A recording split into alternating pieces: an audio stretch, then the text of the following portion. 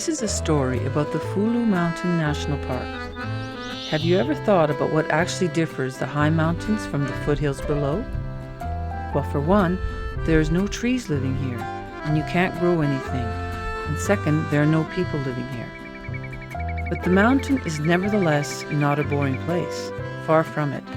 Actually, just because there are no people here, and just because it is so far away from civilization, you can find almost untouched wilderness. In places like this, you can see what the earth looked like long, long ago.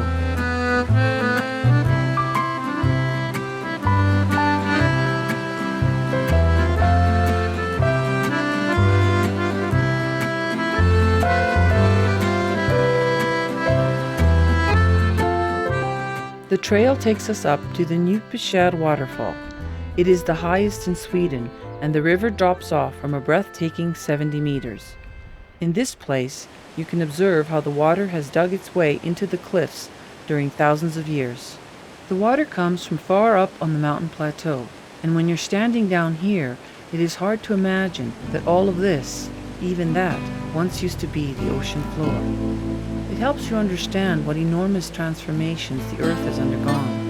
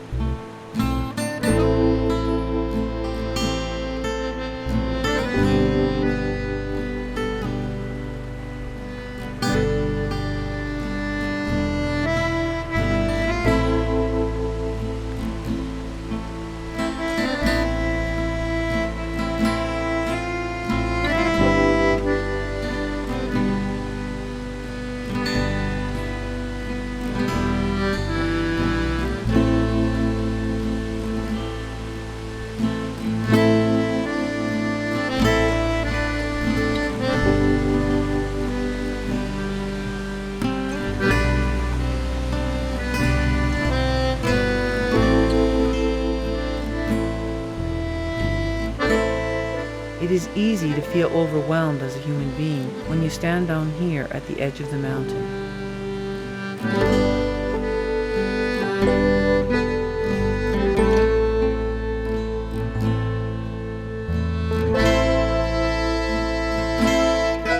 This is what most forests used to look like before they were cut down and turned into paper and lumber. Now, this old-growth forest has been declared a national park, so that we, and also coming generations, can see how a natural forest like this behaves when it's left to take care of itself without human interference. Today's industrial forests seem more like gigantic tree farms, where all the trees look alike and are all the same age.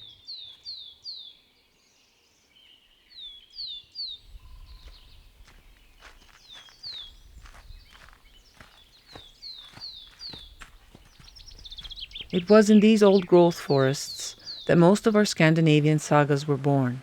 It was in places like this where the trolls, the lady of the forest, and the spirit of the water lived in the stories and the fairy tales of old. In the riverbeds at the foot of the mountains, many precious alpine herbs grow, and the land is very fertile. Only a kilometer away, the mountain is bare and conditions are so tough that not even the mountain birch can survive. But down here, we can enjoy a richness of flowers and berries.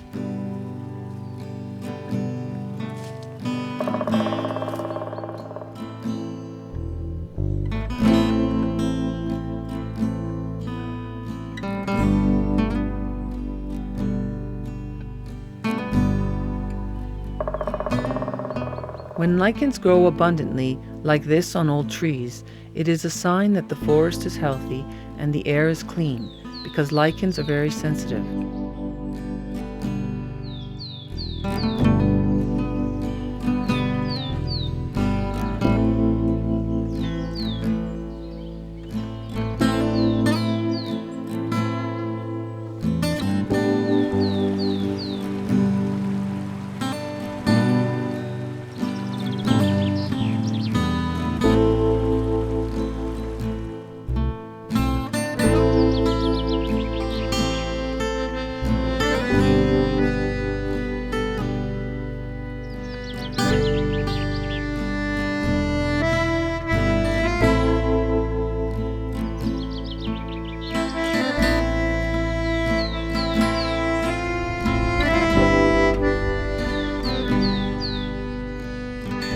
type of landscape is very fragile, which is why you should walk along the wooden boardwalks or the beaten trails whenever possible, because the land in a national park should remain as untouched as possible.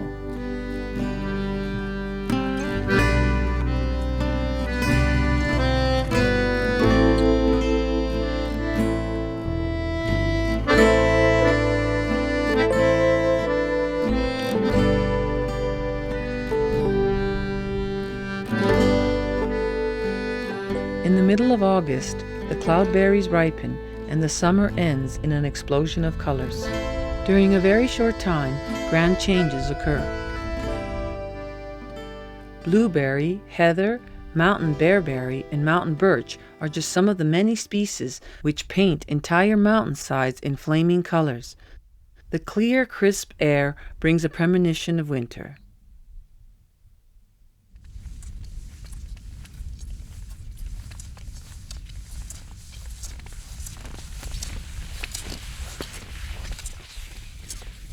You are always sure to find snow on Fulu Mountain. Mile after mile of marked winter trails offer an enormous sense of freedom. Winter trails are marked by signs and stone mounds, which is a necessary navigation tool when trying to find your way to lodging in these small cabins high up on the mountain.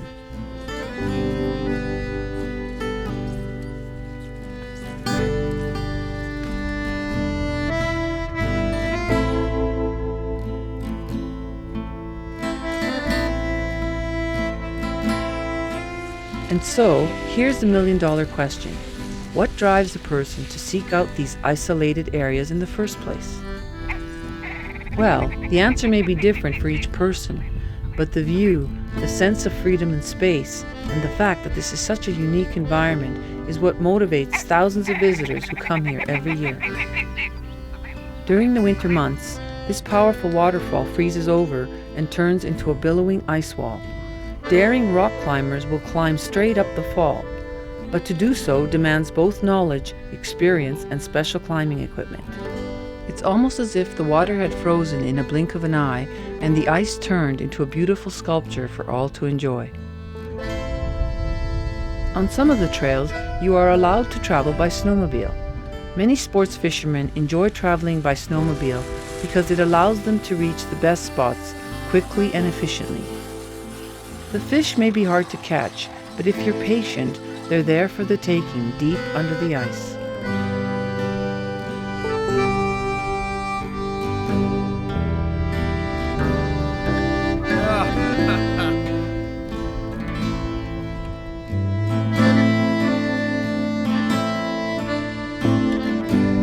Others prefer to reach the secluded mountain lakes in a more natural way. To travel in a sled drawn by a pack of frisky dogs is a real force of nature.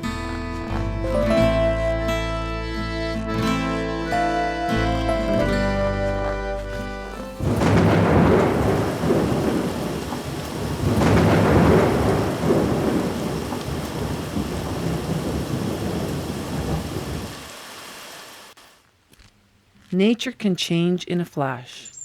Here you can see the result of the worst rainstorm in several thousand years. All the rivers in the area grew to 500 times their size, and the smallest creeks turned into raging rivers in only a few hours. Enormous masses of water created this mess when large trees and large cliffs were turned over and moved long distances. Now, nature is left to heal itself. It will take time, but in 100 years, you will not be able to see any of this.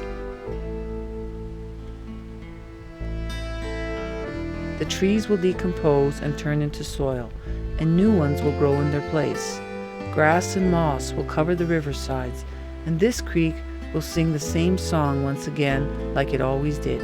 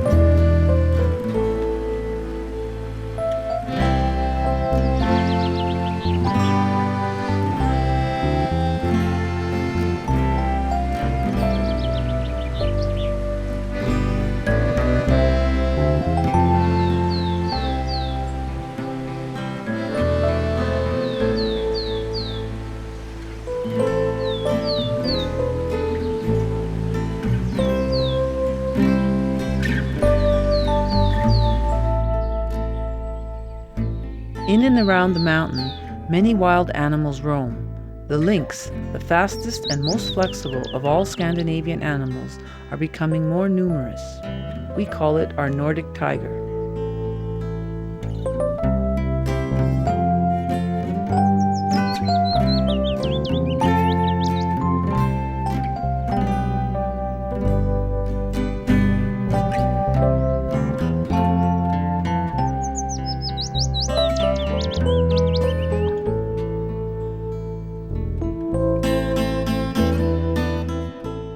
The moose has lived here seemingly forever. Proud and powerful, they have wandered between the winter pastures down in the valleys and the delicious grazing grounds offered near the summits during these short summer months.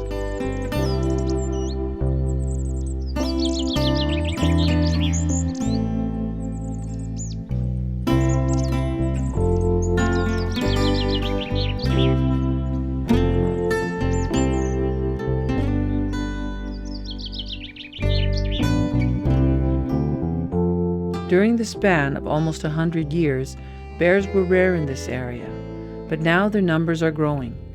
The bear is king of the mountain, strongest of them all. Here by the foot of the mountain, he finds food and shelter and all that he needs to survive.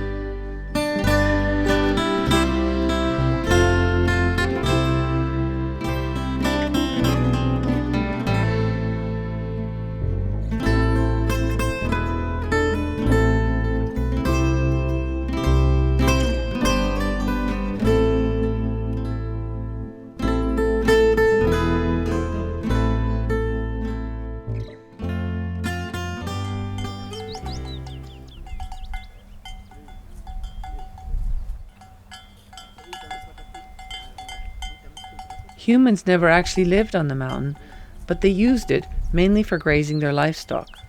During the summer months, farmers left the villages and moved up to the mountain pastures.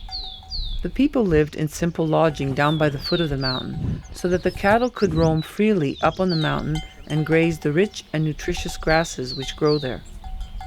People also used to gather lichens, which they fed the cows during the winter months.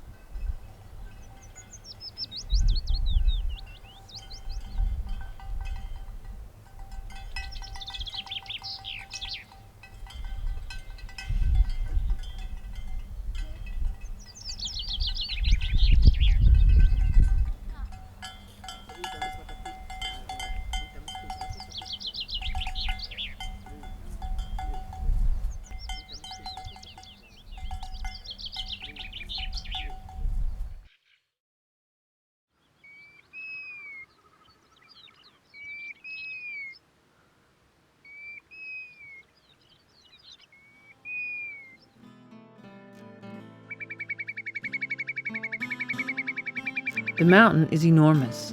Up here you can walk for miles and miles without a single road. It's when you walk areas like these that you truly realize what a small creature man really is. And when you find remnants from the bottom of the ocean on the rocks and the pebbles up here, it is a little hard to grasp.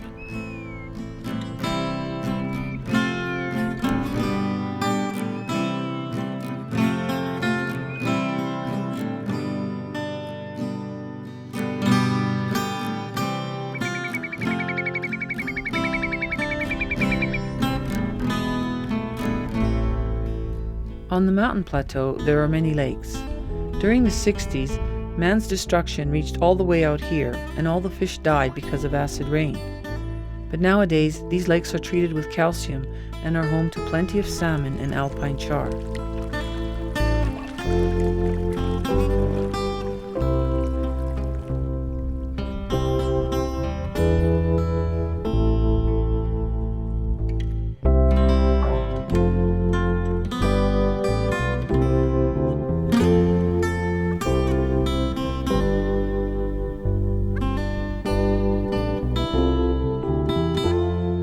Far up on the mountain is the altar ring, nowadays used as an outdoors church. Originally, it was constructed as a device for capturing falcons. There are stories which tell of European kings who gave away entire cities in exchange for only a couple of good hunting birds. During the 17th century, falconers came up here to catch preying birds, but now this place is devoted to church services, and the birds are allowed to fly freely in the national park. Skönnar själarnas pilgrimsgång genom de fagra riken på jorden går vi till paradis med sång. The mountain is an exciting and inspiring place. For all who like to wander in the wild, there's lots to see and do.